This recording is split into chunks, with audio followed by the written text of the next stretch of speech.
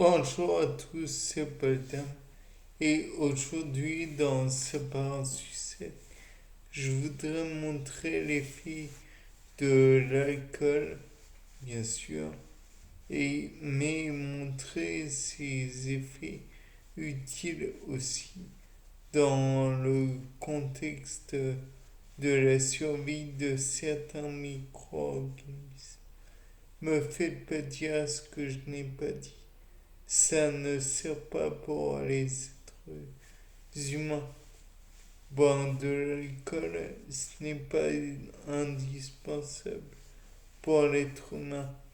En revanche, c'est utile pour des micro-organismes comme Saccharomyces cerevisiae qui produit en l'absence de dioxygène à partir du pyruvate des molécules telles que l'éthanol C2H6O.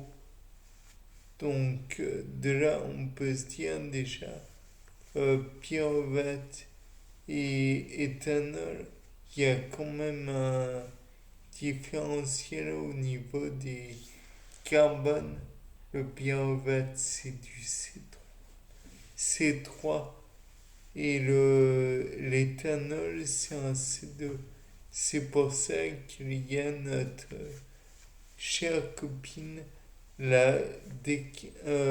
l'enzyme décarboxylase, qui va permettre de convertir, de séparer la molécule C3 en C2. Et de là, comment dire, Saccharomyces va utiliser aussi cela pour produire des molécules à fort pouvoir oxydatif. Par exemple, NADHH+, qui avait été converti en NAD-, si je me rappelle bien, ou NAD+.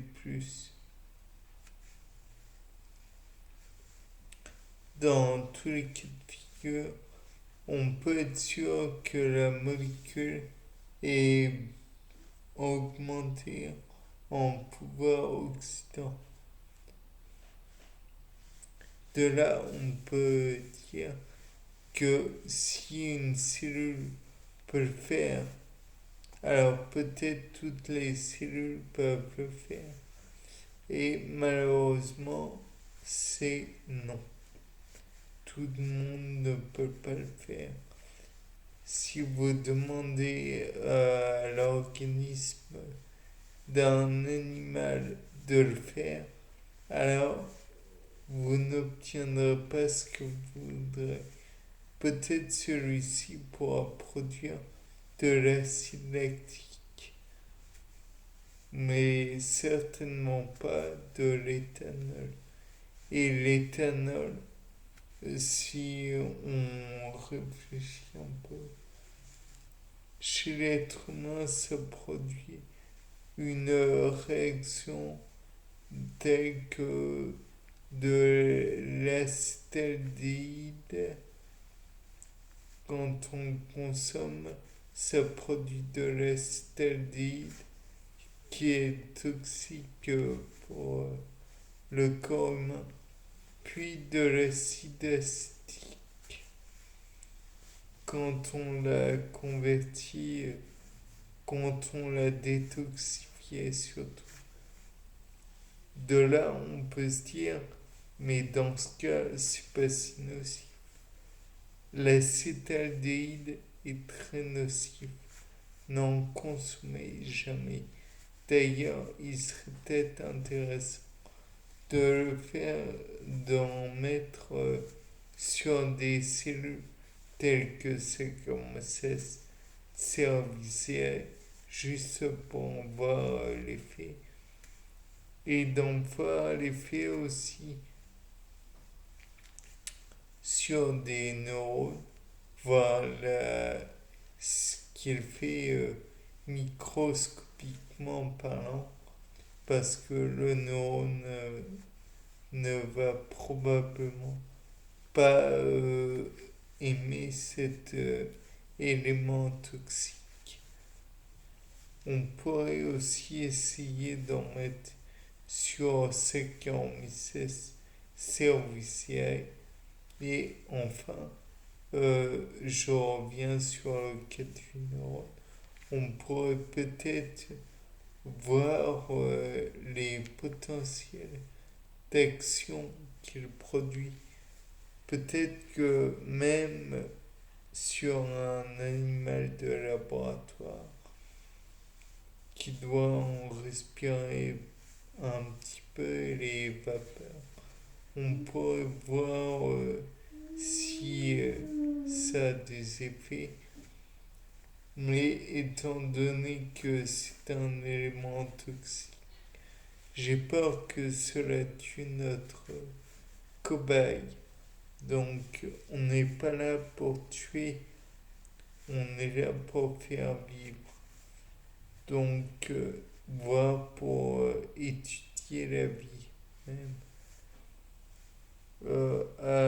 Et donc on pourrait peut-être voir si il a une utilité ou s'il peut être converti en d'autres choses qui pourraient être utilisées. Car l'acide acétique, une fois qu'elle a été produite, elle est ensuite envoyée dans les urines afin d'être éjectée. Mais l'acétaldéhyde en lui-même, peut-être pourrait être renferme-t-il.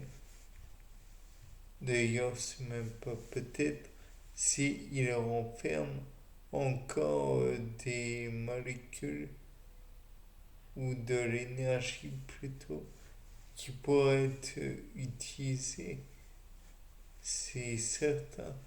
Peut-être que certaines molécules, certains organismes, tels que Saccharomyces cerevisiae, pourraient l'utiliser. Peut-être comment dire, des organismes tels que Escherichia coli pourraient l'utiliser. Peut-être que d'autres qui à la base sont nocives pourraient l'utiliser et le détoxifier à la place du corps. Helicobacter pylori, qui est à la base un organisme néfaste. Peut-être que dans l'acétaldéhyde, il pourrait détoxifier cela. Le doute est permis. Mais encore une fois, dans le doute, on pourrait prendre un bécher et y mettre les bactéries en question. Et peut-être pourrait-on voir par la suite si